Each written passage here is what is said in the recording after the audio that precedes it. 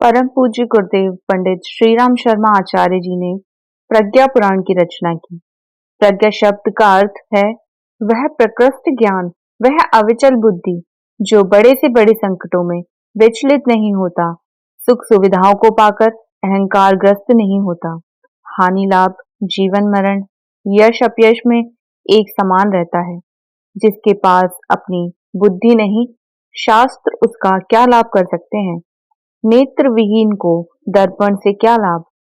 देवता भी जिसकी सहायता करते हैं वे लाठी लेकर उसके शत्रुओं को नहीं भगाते, अपितु उसे सद्बुद्धि देते हैं। इस समय मनुष्य को सद्बुद्धि की आवश्यकता है।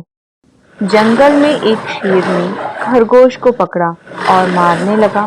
खरगोश ने कहा कि आप मुझे खाना चाहें तो खा लें, पर जंगल में एक शेर और आ गया है। तो शेर ने उससे पूछा कि वह कहाँ है। उसने उसे एक कुएं के पास ले जाकर कुएं में दिखाया। शेर दहाड़ा तो कुएं से आवाज टकरा कर आई। तो शेर ने समझा कि यही दूसरा शेर है। वह उसे मारने के लिए कुएं में कूद गया और स्वयं मर गया।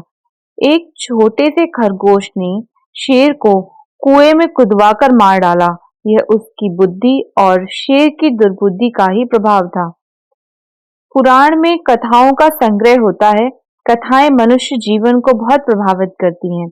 राजा परीक्षित ने शुकदेव जी से कथा सुनकर मोक्ष पा लिया था। रामानुज की भागवत कथा ने दुर्दांत नामक दस्यु को संत बना दिया था।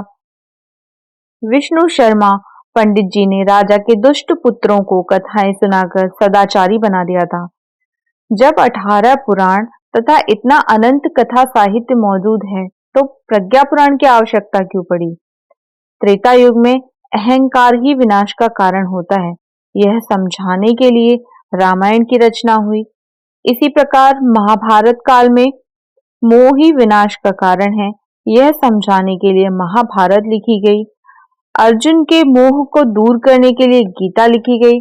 इसी प्रकार आज के इस अनास्था संकट के समय मनुष्य भौतिकवादी बनकर दुर्बुद्धिग्रस्त हो गया है। व्यक्ति के विचारों और दृष्टिकोण को बदलने के लिए, सद्बुद्धि को जागृत करने के लिए आचार्य जी ने प्रज्ञा पुराण की रचना की। प्रज्ञा पुराण युग ऋषि की अमर वाणी है। इसके पढ़ने, सुनने व आचरण करने से जीवन की सारी समस्याओं का समाधान हो सकता है। यह ग्रंथ युग दृष्टा की साधना व तप का संदेश है। ये ग्रंथ आकाश दीप की भांति प्रकाश देने वाले हैं, जीवन के करुण क्रंदन को मिटाने वाले हैं, मनुष्य की भ्रांति को दूर करने वाले हैं, कषाय कल्मश को मिटाकर देवत्व का निर्माण करने वाले हैं। प्रज्ञा पुराण के 4 खंड प्रकाशित हैं। पहला खंड लोक कल्याण जिज्ञासा प्रकरण से प्रारंभ होता है। मनुष्य को आत्मदर्शन कराता है, संयमशीलता सिखाता है एवं जीवन में संघर्ष का पाठ पढ़ाता है। दूसरा खंड मनुष्य जीवन को पशुता से उठाकर देवत्व की ओर ले जाता है। तीसरे खंड में परिवार निर्माण, नारी जागरण, शिशु निर्माण तथा वसुधैव कुटुंबकम का पाठ व्यक्ति को पढ़ाता है। चौथा खंड भारतीय संस्कृति के जागरण का संदेश देता है। यह 4 खंड जीवन रूपी मानसरोवर के 4 किनारे हैं।